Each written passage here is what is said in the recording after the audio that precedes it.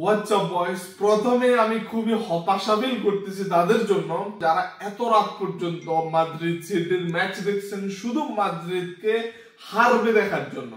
খুবই খুবই ভাই আপনাদের জন্য খুবই দুঃখ লাগতেছে। এবারে আসি আমি ম্যাচে, মাদ্রিদ এবং সিটি ম্যাচ, রিয়াল মাদ্রিদের এবং ম্যানচেস্টার সিটির এই ম্যাচটা চ্যাম্পিয়ন্স লিগের অঘোষিত ফাইনাল ছিল। যখন এটা ড্র এর মধ্যে হচ্ছে, গত 4-5 সিজন ধরে এমনটাই হচ্ছে সার্কেলে, কেন জানি রিয়াল মাদ্রিদ এবং সিটির মধ্যে দেখা হচ্ছেই তাদের মধ্যে। আর সিটি বলসা বলে মাদ্রিদ হচ্ছে তাদের প্রথম ধাক্কা যারা চ্যাম্পিয়ন্স লিগ জেতার জন্য। Let's come to the point. দেখেন সিটির সবচেয়ে বড় ভুল ছিল, সিটি তো খুবই জঘন্য খেলছে, তার মধ্যে তাদের সবচেয়ে বড় ভুল ছিল কেভিন ডি ব্রুইনা এবং হালান্ডকে বেঞ্চ করে তারা ম্যাচ স্টার্ট করে। এটা হচ্ছে পেপ গার্দিওলার সবচেয়ে বড় ভুল ছিল। ম্যাচ তো তারা খুবই জঘন্যই খেলছে তারা।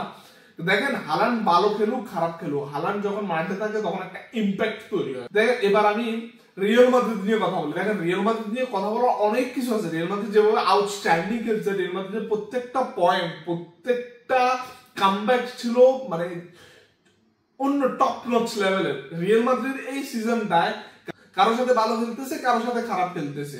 মেইনলি তারা বেশিরভাগ সময় তারা বড় টিমগুলোর বিপক্ষে খুবই স্ট্রাগল করতেছিল। যেমন আপনি লিভারপুল বলেন বা বার্সেলোনা বলেন, অ্যাথলেটিকো মাদ্রিদ বলেন, আমরা সবাই ট্রোল করতাম যে এই সিজনে রিয়াল মাদ্রিদ বড় টিমগুলোর সাথেই ভালো খেলতে পারতেছে না, রিয়াল মাদ্রিদ কামব্যাক করতে পারতেছে না বড় টিমগুলোর সাথে, ছোট টিমগুলোর সাথে লা লিগা এই জন্য টপে আছে।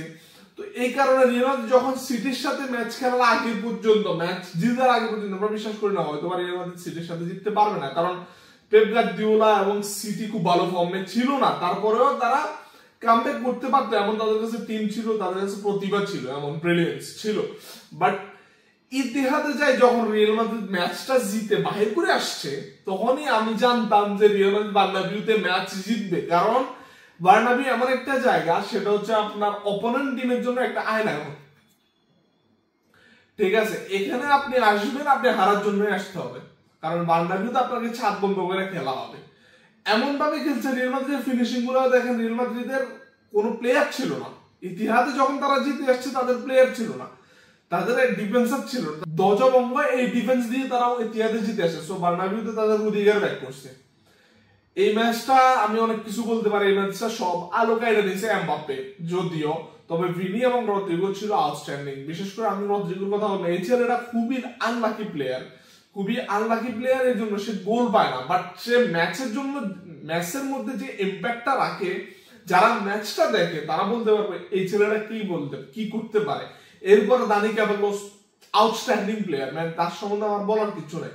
আর এমবাপ্পে তো হ্যাট্রিক করছে, আপনারা তার সম্বন্ধে জানেনই, তার ক্যাপাবিলিটি সম্বন্ধে, এবং ভিনি ভালো খেলছে।